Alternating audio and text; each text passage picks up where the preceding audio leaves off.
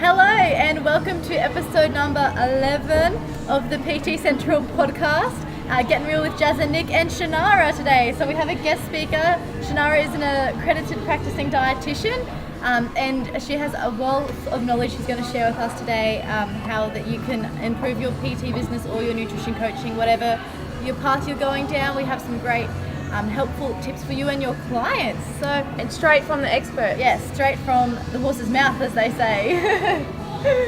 Cool. So take away with question number one. So, Shanarah, what education did you have to complete to become a dietitian?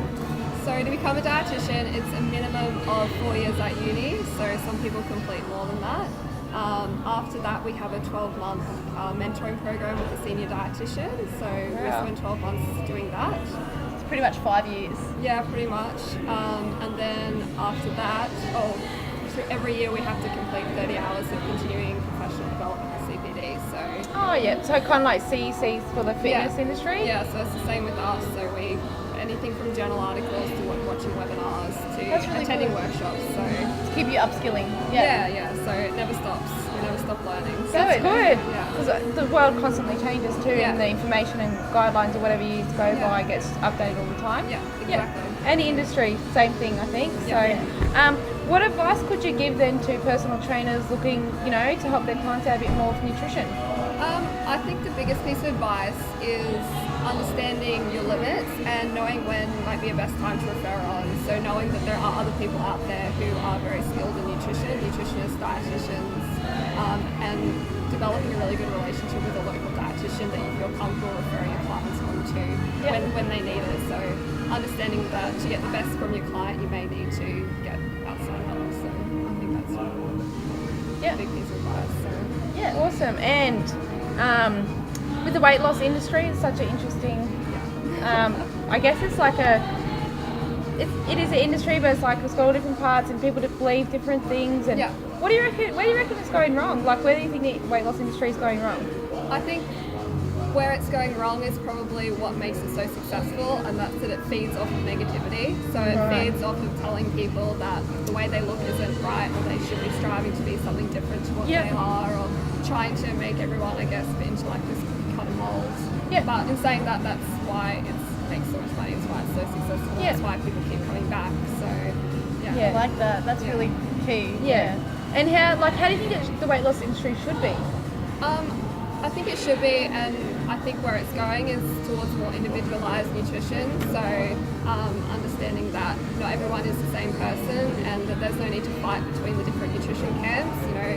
What suits one person might suit someone differently. So Definitely. And that's the same as exercise though. Like, that's a consistent struggle for trainers too, I guess, is knowing that not one thing is suitable for the next person, and nutrition should be exactly the same. Yeah, definitely.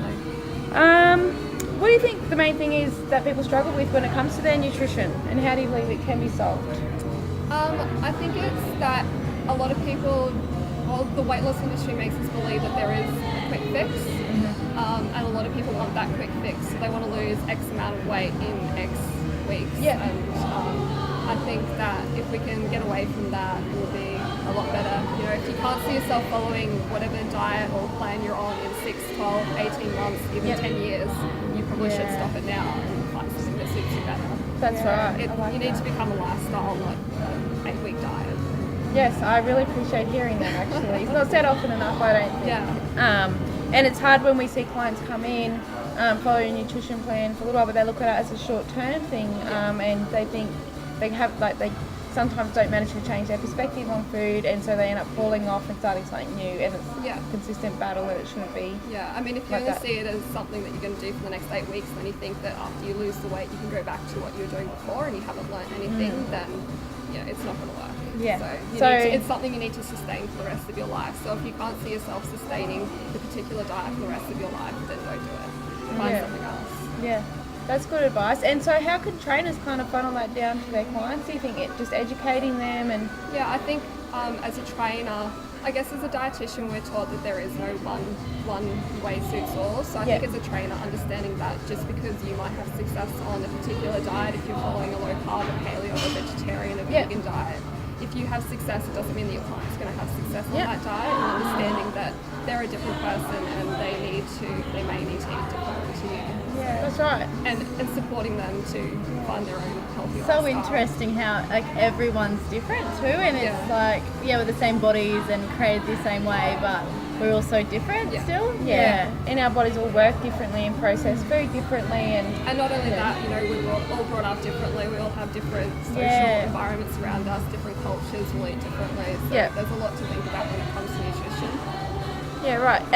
The other day, actually, I have a little bit of a story. I went to just for a little trip down to Coles to get some groceries. Anyway, I just happened to notice when I was there, like besides all the food in packages was quite disgusting, was when I went down to one aisle and I looked down and it had muesli bars and confectionery. And what went through my head was, that's like such a trap for mums with little kids. If they've got to go shopping to get muesli bars for their kids' lunches, then they all of a sudden got this pesta power in the aisle, like of chocolate and lollies. What's your take on that?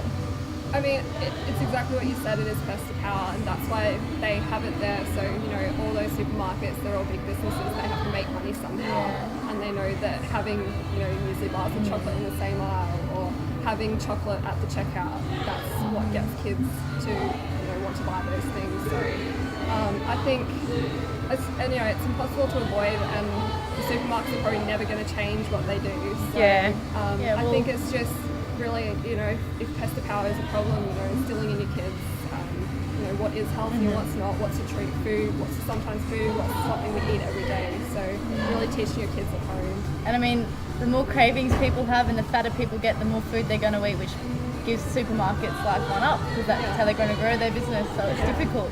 It is difficult, but at the same time, I think it kind of seems slightly manipulative to me, and is part of the issue with today's society and with food. That's my personal opinion. But I noticed too, one of the supermarkets, I think Woolies, has recently started putting fruit as you enter the supermarket for kids to take, which I think is a really great initiative for kids. I know there was a recent study that found that when you eat something healthy before you go shopping, you tend to pick more healthier options compared to if you have a cookie or something, you will pick more junk food. So that could be a really great thing for everyone, have a piece of fruit before you go. Yeah. And you're likely to pick more healthy things when you're there. So. That's really good, actually. What we eat has such a subconscious effect on what we do, like you said about the supermarket and that.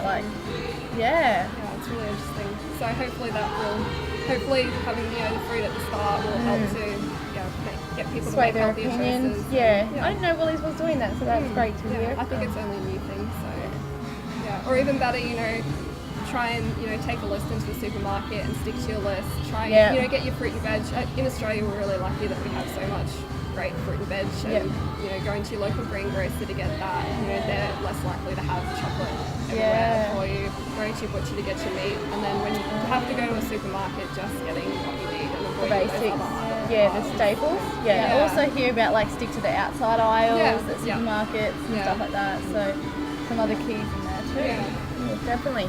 So a big talked about thing at the moment, we the industry, or the big, what can I say? Well, the big thing that's been discussed at the moment is like the fat versus the sugar. So what's your opinion on sugar as it is?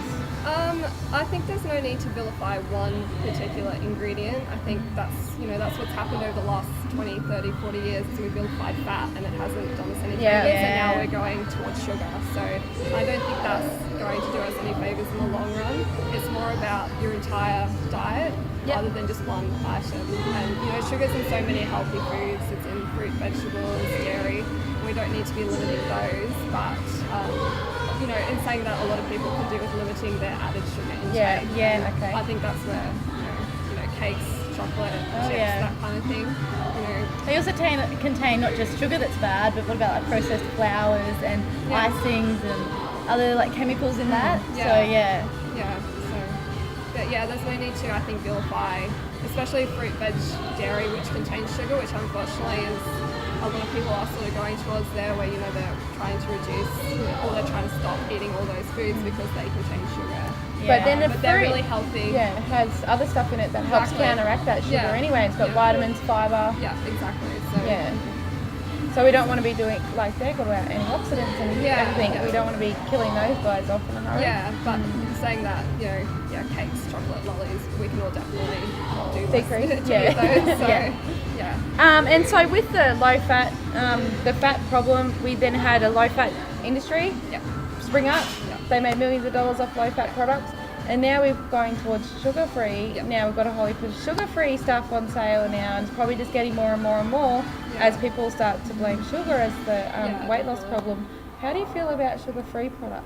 I think, as you said, like we did the low-fat thing. We made, food industry responded with low-fat products, and they ended up being full of other things, full of sugars, full of, additives, processed foods. So the same, I think, is going to happen with sugar. Will go the same way. And what are they going to put in the food? They have to make the food taste good somehow, otherwise no one's going to buy it. So if it doesn't have sugar in it, what are they going to put in it to make it taste good? Yeah, and it's a lot of artificial sweeteners that the body can't digest properly or causes other illnesses. Yeah, and actually in Australia there's actually some artificial sweeteners that have been banned in America because they've been known to contribute to cancer and stuff like that. So Do you know what ones those are? I don't know off the top of my head, but find out.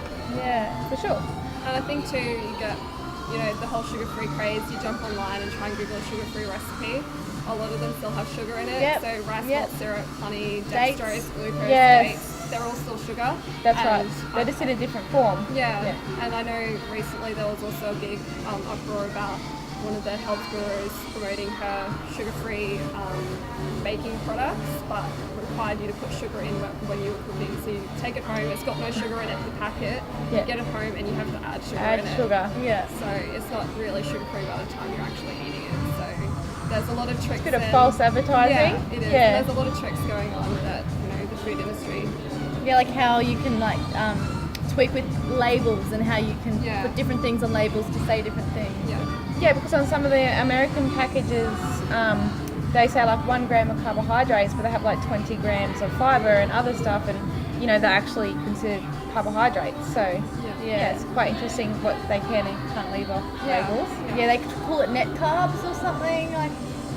Yeah. And my husband's having a beer, and he's like, it's 99% sugar free, and I looked at the back, and there was no alcohol sugars on the nutritional panel. Like it wasn't included in so they can just leave that off because it's like alcohol, and so therefore Well, I he don't thought think it had no alcohol sugar. even needs to have, a lot of alcohol doesn't even need to have a nutrition panel. Yeah, I sometimes try to look like when I go drinking, like, well, how many calories does this have in, or sugar in this, and they don't tell me, and I'm like, oh. But they're using it, I think, like as a way to say it's got no sugar, and then it makes you check the nutrition panel, and then you don't find any on there. So like, I'll drink this one, when in fact alcohol is quite high in calories and other stuff too. So so how can we help people then change their perspective on nutrition? I think it's just being more positive about nutrition, stopping with all the negativity around it, becoming more positive about leading a healthy lifestyle and not enforcing rules on people. I think when you enforce lots of rules on people, it starts to get really negative about it. Being really positive, thinking about the things that you can have rather than the things you should be limiting. So I think that can really help to change people's perspective, is just having a positive idea about nutrition. Yeah, I like that, thinking about what you can have, not what you can't have. And, and really, like, I think relearning moderation. Like, what does that mean? And, a little bit every now and again, not every day, or whatever that means for different people. I think we need to just relearn what that is. And so what sort of resources, like, would you recommend, like, other businesses or, Facebook pages, stuff that you think has great information for as far as nutrition goes? Some of the Facebook pages that I follow that I get a lot out of, Nutrition Guru and the Chef. So Tara runs that one. She's a university qualified nutritionist. She actually studied at the same uni I did, and she's got a really balanced opinion on everything, and she's really good with what she does. Thinking Nutrition's another good one. So that's run by a university professor of nutrition. I think he's down at one of the Melbourne universities, and he's really good at, translating the science into real world terms and how we can use the science. Okay, that's interesting. So he's really good at that. Moderation Movement's another really good one. So that one's run by Zoe Nicholson, and she's a really great APD as well. even Dietitian Without Borders is another good one. So she's a APD, but she's based in the UK, and she's really good at what she does as well. So I mean, there are a few that I find really interesting. Some and good I keep quality, up with. yeah. And they're all, you get really good quality information, evidence-based information, and really, none of them I find push specific ideas. They're all really open-minded about what they do. And, just what they've studied, what they know, and then expressing how they see things rather than sticking to a strict, paleo is right for you, or low carb or high fat or whatever. So I think that's what it should be as well. Honestly. So the most interesting question, here's people probably wondering, what does a dietitian eat during the day? What does a normal day look like for Shanarah? I'd say probably, people probably think it's pretty boring. There's no fancy powders and supplements, no acro bowls or anything like that. So, I usually get up pretty early in the morning and I walk to work most days. So it's a 45-minute walk for me to get to work. Good. So I need something for breakfast that'll sustain me through the morning without me needing to snack as soon as I get to work. So I usually have just the egg on toast for breakfast, some protein and carbs to get me through the morning. I find that gets me through for a few hours, and then I usually have a fruit smoothie with some homemade yogurt. And then I have a late lunch, which is usually some sort of protein and a salad, so maybe a frittata and salad or a chicken drumstick and salad, which I always prep on the weekend so that I have it ready. Prepared, it all ready to go. No excuses then, don't have to go buy your lunch? Yeah, exactly, and it saves me money too, otherwise I end up we work very close to a shopping centre, so I end up at the shopping centre otherwise. Afternoon tea, depends if I'm training in the afternoon, if I'm going running or going to the gym. If I am, I usually have a banana, so some slow release carbs to get me through. And then dinner can be anything. I really enjoy cooking, so I'm always in the kitchen and trying new things, so it really could be pretty much anything. We usually eat vegetarian at least twice a week. Just A, budget, B, lots of veggies, it's really healthy. And keep your saturated fat a little bit down too. So that's pretty much my day on a plate, I guess. Actually sounds pretty good to me. Sound good to you, Nicole? Yeah, definitely. So if you want to actually see some of the meal plans that Shanarah's put together, you can head over to PT Central. So she's our dietitian that has written the plans for PT Central so far. So www.ptcentral.net.au, and you can download those.